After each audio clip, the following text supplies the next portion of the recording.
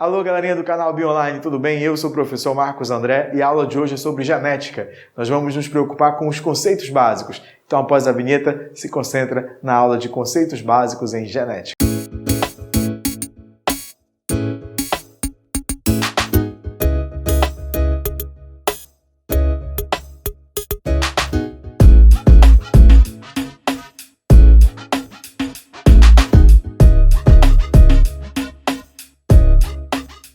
Alô, galerinha, tudo bem? A parte da genética às vezes chama a atenção pela dificuldade que alguns alunos têm, especialmente quando envolve cálculo, o famoso cálculo de probabilidade. No entanto, o nosso objetivo na aula de hoje é trabalhar alguns conceitos que são básicos, conceitos que você vai utilizar não apenas para a genética, mas para qualquer outra área que envolva conhecimento genético, mas a biologia como um todo de uma forma geral. Então é fundamental que você compreenda alguns termos que são utilizados ou expressões, mas sobretudo relacionar com o que é mais cobrado em provas de vestibular. Então vem comigo, pessoal, olha só. Primeiro ponto, quando você fala em genética, a palavra genética, ela dá a ideia à origem.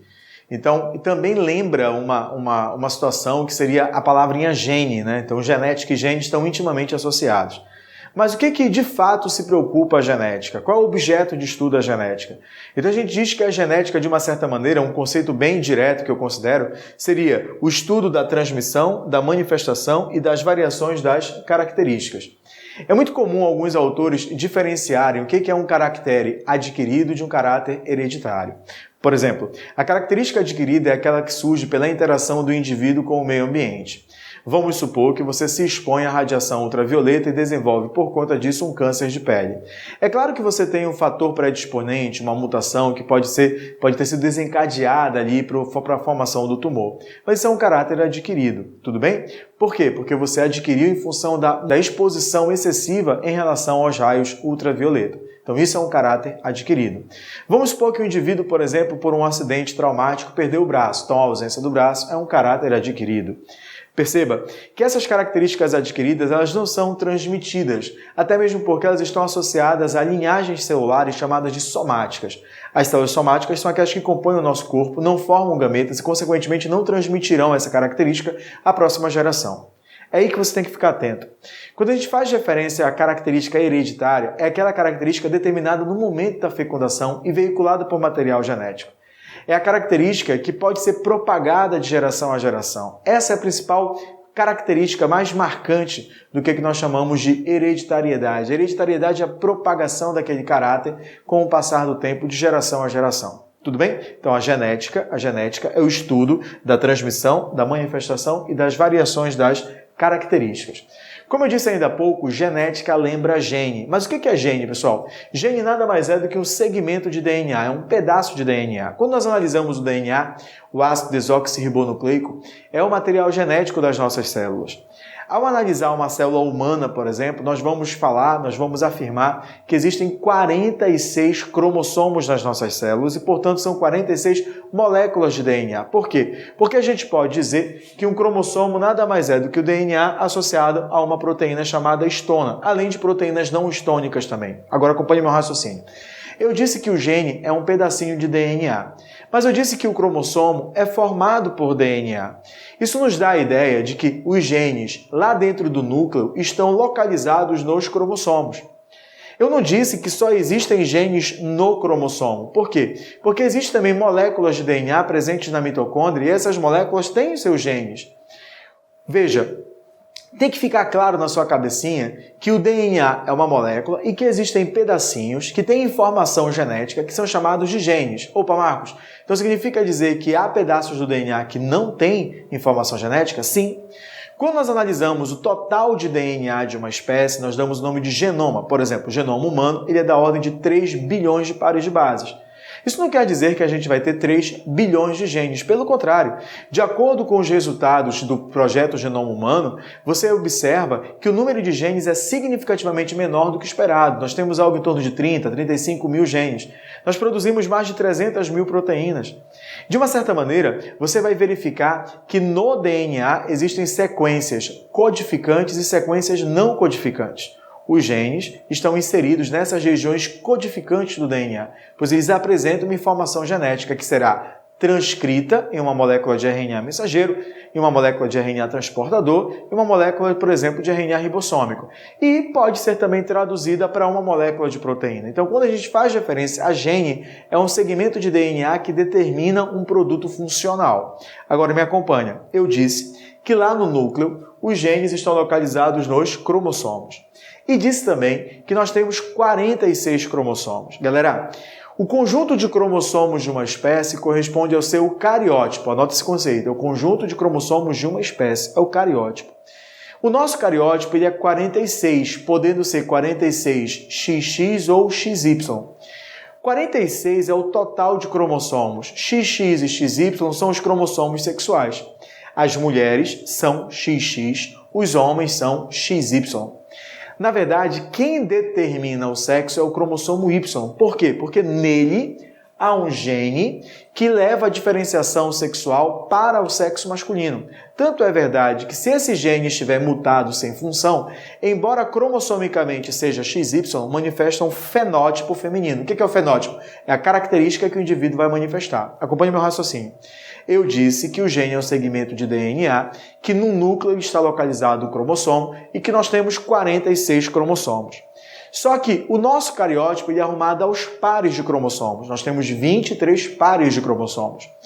Do primeiro ao 22º par de cromossomos, nós dizemos que eles são autossômicos. Tanto os homens como as mulheres terão os mesmos pares de cromossomos. A exceção são os cromossomos sexuais ou alossômicos. Nas meninas, XX, nos meninos, XY.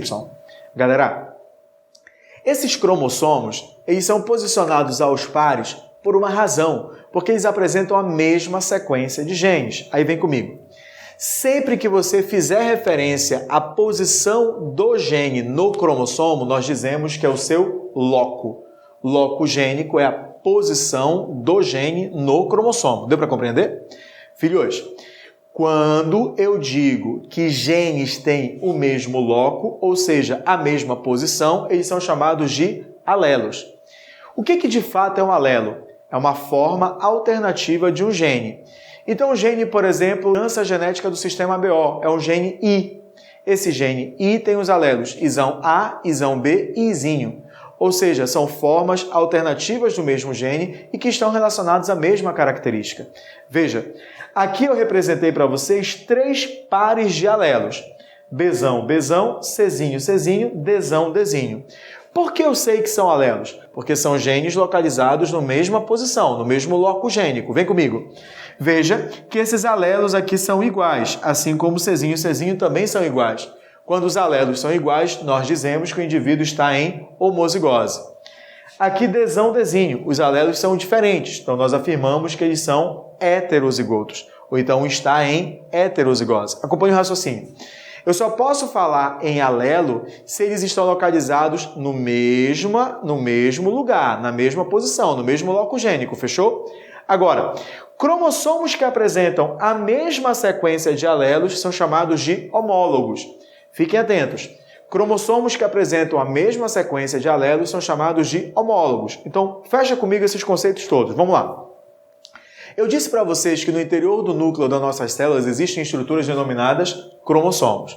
Os cromossomos nada mais são do que DNA associado a histonas. As unidades do DNA, ou seja, segmentos do DNA que determinam uma característica, damos o nome de genes. Os genes ocupam uma determinada posição nos cromossomos, e a posição que o gene ocupa nos cromossomos é o seu loco gênico. Quando genes ocupam a mesma posição, nós dizemos que eles são alelos. Alelos nada mais são do que formas alternativas do mesmo gene. Quando esses alelos são iguais, falamos que ele está em homozigose. Quando os alelos são diferentes, falamos que ele está em heterozigose. E o cromossomo que apresenta a mesma sequência de alelos, nós vamos chamá-los de homólogos. Nós temos no total 46 cromossomos, divididos em 23 pares de cromossomos. Do primeiro ao 22º par de cromossomos, todos são autossômicos, tanto homens quanto mulheres apresentarão os mesmos cromossomos. O 23º e último par de cromossomos são os cromossomos sexuais ou alossômicos. As mulheres são XX e os homens são XY. Dentre esses 2 cromossomos sexuais, o que determina o sexo é o Y. Nele há um gene, o SRY, que determina a diferenciação para o sexo masculino. Compreendeu? Então, galera, dando continuidade à nossa aula de conceitos básicos em genética, é fundamental que a gente entenda a diferença de fenótipo e genótipo. O que é o fenótipo? É o caráter que você manifesta, é a característica que você está manifestando. O fenótipo pode estar associado a uma característica física, pode ser uma característica comportamental, pode ser uma característica bioquímica. Por exemplo, quando você define o grupo sanguíneo de uma pessoa, você está definindo o seu fenótipo. Às vezes o aluno entende que fenótipo é qualquer característica ou toda característica que você observa a olho nu. Ela é uma característica fenotípica, mas não apenas aquilo que você determina a olho nu. As reações bioquímicas, os erros inatos do metabolismo também são características fenotípicas. Então, o que a gente precisa entender é que qualquer característica que nós venhamos a manifestar é o nosso fenótipo. O nosso fenótipo é determinado por pares de genes.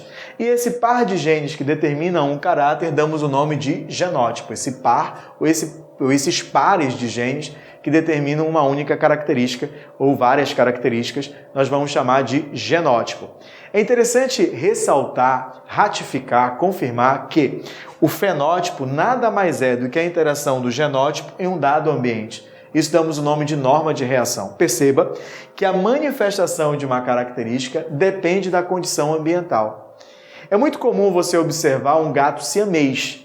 O gato siamês é aquele gato que tem, na maior parte do corpo, uma pelagem acinzentada e nas extremidades escura.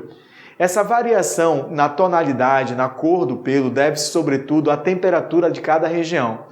Em temperaturas mais baixas, o gene que codifica a cor preta lhe prevalece. Em contrapartida, em temperaturas do corpo mais elevadas, o gene que determina a cor acinzentada lhe prevalece. Perceba que o ambiente influencia a manifestação do gene e, portanto, determina a manifestação do fenótipo. Isso é a norma de reação. Galerinha, porém, existem casos onde o indivíduo apresenta o mesmo fenótipo, porém as causas são completamente diferentes. Nessa situação, damos o nome de fenocópia. É literalmente a cópia de um fenótipo.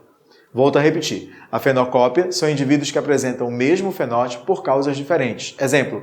Você sabe que o hormônio somatotrófico, o hormônio do crescimento, é quem determina o crescimento do nosso corpo, perfeito? Mas você tem que levar em consideração que esse hormônio ele atua a partir de um intermediário, chamado de somatomedina, uma proteína intermediária que influencia o nosso crescimento. Acompanhe meu raciocínio. Quando o hormônio do crescimento é produzido, ele estimula a produção de somatomedina, que determina o crescimento dos nossos ossos longos e, consequentemente, a gente vai crescer. Entretanto, existem pessoas que não produzem hormônio somatotrófico, então manifestarão nanismo por deficiência desse hormônio. No entanto, existem outras pessoas que apresentam o nanismo, porém a concentração de hormônio somatotrófico é normal. Então, qual é o problema nessas pessoas? É justamente a somatomedina. Então, o nanismo ele vai ser igual. Os dois indivíduos terão o mesmo padrão de desenvolvimento de nanismo, porém, um é pela deficiência do hormônio somatotrófico e o outro é pela deficiência de somatomedina. Então, como é o mesmo fenótipo, porém por causas diferentes, a gente chama de fenocópia. Galerinha, é muito comum nos últimos anos itens do Enem que retratem uma palavra da genética moderna chamada genoma. Na verdade, genoma ele tem duas versões, da genética clássica, que correspondia ao lote haploide, o lote N, e hoje ao perfil genético de uma espécie. Acompanhe meu raciocínio. Ainda há pouco eu falei que o genoma da espécie humana é da ordem de 3 bilhões de pares de bases. Então, é provável que alguém que esteja aí me assistindo leve a interpretação de que o nosso genoma é o maior genoma de todas as espécies, por sermos a espécie mais complexa que existe. Mas isso não é verdade, pessoal. Por exemplo, existe uma espécie de ameba cujo genoma é de 670 bilhões de pares de bases, muitas vezes maior do que o nosso. Então, por que um genoma tão grande assim não reflete a complexidade de um determinado organismo? Isso que você deve se perguntar para a prova. Então, vem comigo que você vai entender. Genoma ele é formado por duas regiões, a codificante e a não codificante. Embora você tenha uma ameba com 670 bilhões de pares de bases e um ser humano com 3 bilhões de pares de bases, significa dizer que o tamanho do genoma não é proporcional à complexidade estrutural. Significa dizer que o tamanho do genoma não é proporcional à quantidade de proteínas produzidas, já que o genoma tem uma grande quantidade de DNA não codificante, que é uma região que não determina absolutamente nada. Ela é importante para a variabilidade, né?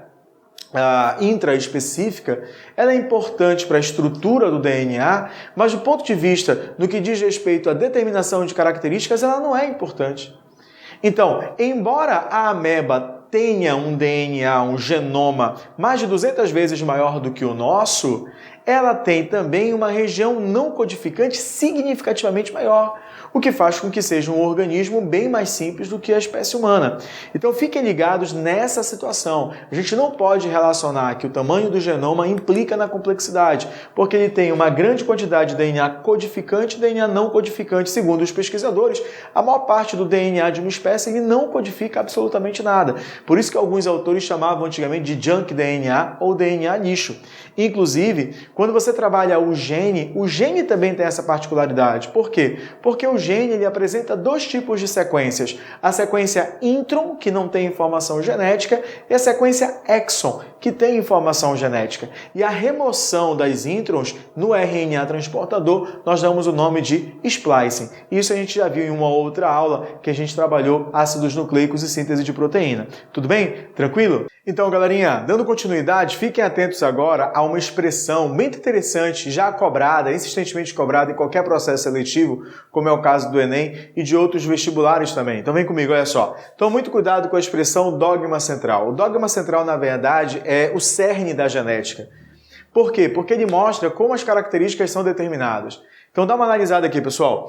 O gene é um segmento de DNA, tudo bem? Então, a partir da informação da sequência de nucleotídeos do gene, nós vamos ter a produção do RNA.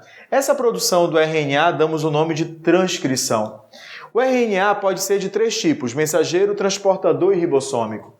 Esse RNA mensageiro lá no citoplasma, lá nos ribossomos, ele vai ser traduzido para a produção de uma determinada proteína. Perceba que, antigamente, nós dizíamos que um gene, uma proteína. Esse era o dogma central. Hoje em dia a gente sabe que, a partir do mesmo gene, é possível a produção de diferentes tipos de proteínas, diferentes tipos de polipeptídeos. Vai depender de como o RNA mensageiro ele vai ser processado. Então isso é importante para vocês. Agora acompanha.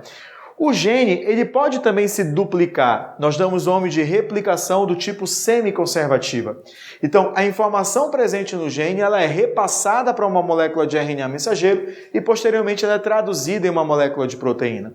Foi justamente a partir dessa sequência de informações que os cientistas levaram em consideração para a produção, por exemplo, dos organismos transgênicos.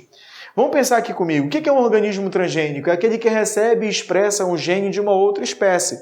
Então, muitos cientistas estudaram a possibilidade de transferir genes, por exemplo, o gene da insulina humana para bactérias, para que as bactérias pudessem produzir a insulina humana, que é um hormônio de natureza proteica.